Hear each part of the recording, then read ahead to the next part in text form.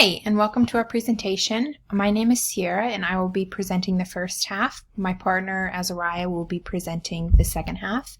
And our group presentation is on charitable and volunteer work.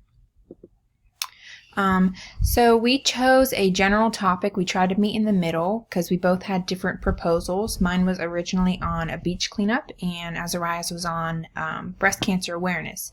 So we thought charitable and volunteer work and figuring out how to ask questions to learn how to get people involved in those things was something that would benefit both of our original proposals.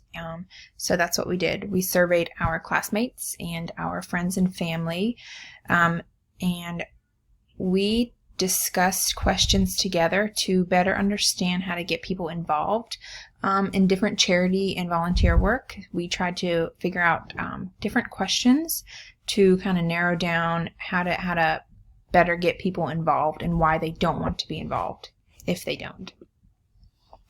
And when we figured out our research plan, like I said, we used Google Forms and decided 10 different questions. And our plan was to try and think of very specific questions on what makes people say no and what makes people say yes. And we wanted to understand if they do say no to charity or volunteer work, why are they saying no? We wanted to figure out ways to maximize volunteers. If we ever did go with our original proposals, we would need people to volunteer for them.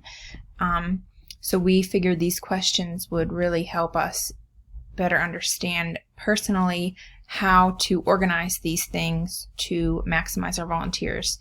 And we also wanted to learn how to help people to want to volunteer on their own. This was our first question, and it is, what motivates you to participate in volunteer work? And then those three answers were the three options they had to choose from.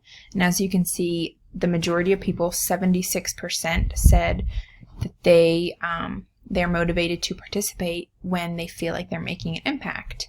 So we can use this question to try to organize things to make people really feel like they're making an impact. And then that'll help them want to volunteer and also maybe want to volunteer again in the future.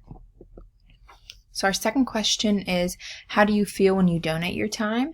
And they actually had 4 different options, but we only had two different responses, and 76% was that they feel fulfilled, which was good, and then the other 23 was happy. So both of those are very positive things. So obviously donating your time, they feel good about it. And then this one was a little different. How do you feel when you donate your money? And as you can see, again, the majority is positive. Grateful is the winner there. And then a lot of people don't. They say they do not donate their money. And then a few people said they feel sad.